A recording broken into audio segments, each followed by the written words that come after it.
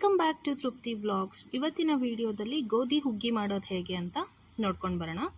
ಫಸ್ಟ್ಗೆ ನಾನಿಲ್ಲಿ 1 ಬಟ್ಲಷ್ಟು ಗೋಧಿ ತೊಗೊಂಡಿದ್ದೀನಿ. ಇದನ್ನು 2ರಿಂದ 3 ಸರಿ ಸರಿಯಾಗಿ ವಾಶ್ ಮಾಡ್ಕೊಳ್ಳಿ. ಆಮೇಲೆ ಅರ್ಧ ಗಂಟೆ ನೆನೆಸಿಟ್ಕೊಳ್ಳಿ. ನಾನು ನೆನೆಸಿಟ್ಕೊಂಡಿದ್ದೀನಿ. ಇಲ್ಲಿ 1 ಬಟ್ಲಷ್ಟು ಬೆಲ್ಲ ತೊಗೊಂಡಿದ್ದೀನಿ. ಹಾಗೆ ತುಪ್ಪ, 3ರಿಂದ 4 ಸ್ಪೂನಷ್ಟು ಮಿಲ್ಕ್ ಪೌಡ್ರ್ ತೊಗೊಂಡಿದ್ದೀನಿ. ಹಾಗೆ ಸ್ವಲ್ಪ ಗಸಗಸಿ, ಹಾಗೆ ಹಸಿ ಕೊಬ್ಬರಿನ ತುರಿದಿಟ್ಕೊಂಡಿದ್ದೀನಿ. ನೀವು ಒಣ ಕೊಬ್ಬರಿ ಕೂಡ ತೊಗೋಬೋದು. ಗೋಡಂಬಿ, ಬಾದಾಮಿ ಮತ್ತು ದ್ರಾಕ್ಷಿ, ಏಲಕ್ಕಿ ಪುಡಿ ಸ್ವಲ್ಪ, ಹಾಗೆ ಸ್ವಲ್ಪ ಉಪ್ಪು, ಚಿಟಿಕೆ ಉಪ್ಪು ತೊಗೊಳ್ಳಿ. ಗೋಡಂಬಿ ಮತ್ತು ಬಾದಾಮಿನ ನಾನು ಹೆಚ್ಚಿಟ್ಕೊಂಡಿದ್ದೀನಿ. ಇಲ್ಲಿ ಈ ಥರ ಹೆಚ್ಚಿಟ್ಕೊಂಡು ಇವೆಲ್ಲ ತೊಗೊಂಡು ಇವಾಗ ಕುಕ್ಕರ್ಗೆ 4-5 ಗ್ಲಾಸಷ್ಟು ನೀರು ಹಾಕ್ಕೊಂಡಿದ್ದೀನಿ.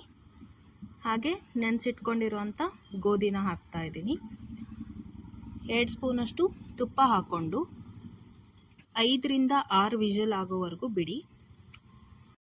5ರಿಂದ 6 ವಿಷಲ್ ಆಗಿದ ತಕ್ಷಣ ಗೋಧಿ ಹಿಂಗೆ ಬೆಂದಿರುತ್ತೆ. ಇವಾಗ ಒಂದು ಪಾತ್ರೆಗೆ 1 ಬಟ್ಲಷ್ಟು ಬೆಲ್ಲ ತೊಗೊಂಡಿದ್ವಲ್ಲ ಅದನ್ನು ಸೇರಿಸ್ಕೊತಾ ಇದ್ದೀನಿ. ಸ್ವಲ್ಪ ನೀರು ಹಾಕ್ಕೊಂಡು ಬೆಲ್ಲದ ಪಾಕ ಮಾಡ್ಕೊಳ್ಳೋಣ. ಸೊ ಬೆಲ್ಲದ ಪಾಕ ರೆಡಿ ಆಗಿದೆ. ಇವಾಗ ಬೇಯಿಸಿಟ್ಕೊಂಡಿದ್ವಲ್ಲ ಗೋಧಿ, ಅದಕ್ಕೆ ಮಿಲ್ಕ್ ಪೌಡ್ರನ್ನ ಹಾಕಿ ಮಿಕ್ಸ್ ಮಾಡ್ಕೊಳ್ಳಿ. ಮಿಕ್ಸ್ ಮಾಡಿಕೊಂಡು ಬೆಲ್ಲದ ಪಾಕ ಮಾಡ್ಕೊಂಡಿದ್ವಲ್ಲ ಅದನ್ನು ಜರಡೆ ಸಹಾಯದಿಂದ ಬೆಲ್ಲದ ಪಾಕನ ಹಾಕ್ಕೊಳ್ಳಿ. ಹಾಕ್ಕೊಂಡು ಮಿಕ್ಸ್ ಮಾಡ್ಕೊಳ್ಳಿ. ಈ ಥರ ಮಿಕ್ಸ್ ಮಾಡ್ಕೊಳ್ಳಿ. ಬೆಲ್ಲ ಮತ್ತು ಗೋಧಿ ಎಲ್ಲ ಮಿಕ್ಸ್ ಆಗಬೇಕಲ್ವ. ಒಂದು 10ರಿಂದ 15 ನಿಮಿಷ ಬೇಯಕ್ಕೆ ಬಿಡಿ. ಈ ಥರ ಆಗಿರುತ್ತೆ. ಇವಾಗ ಒಂದು ರೌಂಡ್ ಮಿಕ್ಸ್ ಮಾಡಿಕೊಂಡು ಇನ್ನೊಂದು ಪಾತ್ರೆಯಲ್ಲಿ 2 ಸ್ಪೂನಷ್ಟು ತುಪ್ಪ ಹಾಕ್ಕೊಂಡು ಗೋಡಂಬಿ, ಬಾದಾಮಿ ಎಲ್ಲ ತೊಗೊಂಡಿದ್ವಲ್ಲ ಅದನ್ನೆಲ್ಲ ಇದರಲ್ಲಿ ಫ್ರೈ ಮಾಡ್ಕೊಳ್ಳೋಣ. ಸೊ ಫಸ್ಟಿಗೆ ಗೋಡಂಬಿ ಹಾಕ್ಕೊಳ್ತಾ ಇದ್ದೀನಿ.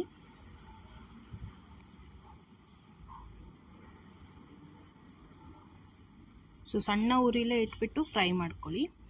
ಗೋಡಂಬಿ, ದ್ರಾಕ್ಷಿ ಹಾಕ್ಕೊಂಡು ಫಸ್ಟ್ ಫ್ರೈ ಮಾಡ್ಕೊಳ್ಳಿ. ದ್ರಾಕ್ಷಿ ಮತ್ತು ಗೋಡಂಬಿ ಫ್ರೈ ಆದಮೇಲೆ ಗಸಗಸಿ ತೊಗೊಂಡಿದ್ವಲ್ಲ ಗಸಗಸಿನ ಸೇರಿಸ್ಕೊಳ್ಳಿ. ಹಾಗೆ ಹೆಚ್ಚಿಟ್ಕೊಂಡಿರೋಂಥ ಬಾದಾಮಿ ಮತ್ತು ಇದಕ್ಕೆ ಕಾಯಿ ತುರಿನೂ ಹಾಕ್ಕೊಂಡು ಫ್ರೈ ಮಾಡ್ಕೋಬೇಕು. ನೀವು ಒಣ ಕೊಬ್ಬರಿ ಕೂಡ ತೊಗೋಬೋದು. ಈ ರೀತಿ ಎಲ್ಲನೂ ಫ್ರೈ ಮಾಡಿಕೊಂಡು ಗೋಧಿ ಮತ್ತು ಬೆಲ್ಲ ಮಿಕ್ಸ್ ಮಾಡಿಕೊಂಡು ಬೇಯಿಸ್ಕೊಂಡಿದ್ವಲ್ಲ ಆ ಕುಕ್ಕರ್ಗೆ ಇದನ್ನು ಟ್ರಾನ್ಸ್ಫರ್ ಮಾಡ್ಕೋಬೇಕು. ನಾನು ಟ್ರಾನ್ಸ್ಫರ್ ಮಾಡ್ಕೋತಾ ಇದ್ದೀನಿ.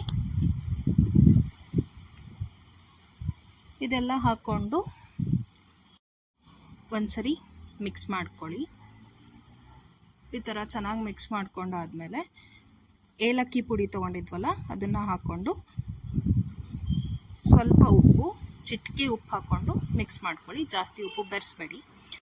ಗೋಧಿ ಹುಗ್ಗಿ ರೆಡಿ ಆಗಿದೆ. ಈ ರೆಸಿಪಿ ನಿಮಗೆ ಇಷ್ಟ ಆಗಿದ್ದಲ್ಲಿ ಲೈಕ್ ಮಾಡಿ, ಶೇರ್ ಮಾಡಿ, ಕಾಮೆಂಟ್ ಮಾಡಿ. ಹಾಗೆ ನಮ್ಮ ಚಾನಲ್ನ ಸಬ್ಸ್ಕ್ರೈಬ್ ಮಾಡಿ. Thank you for watching.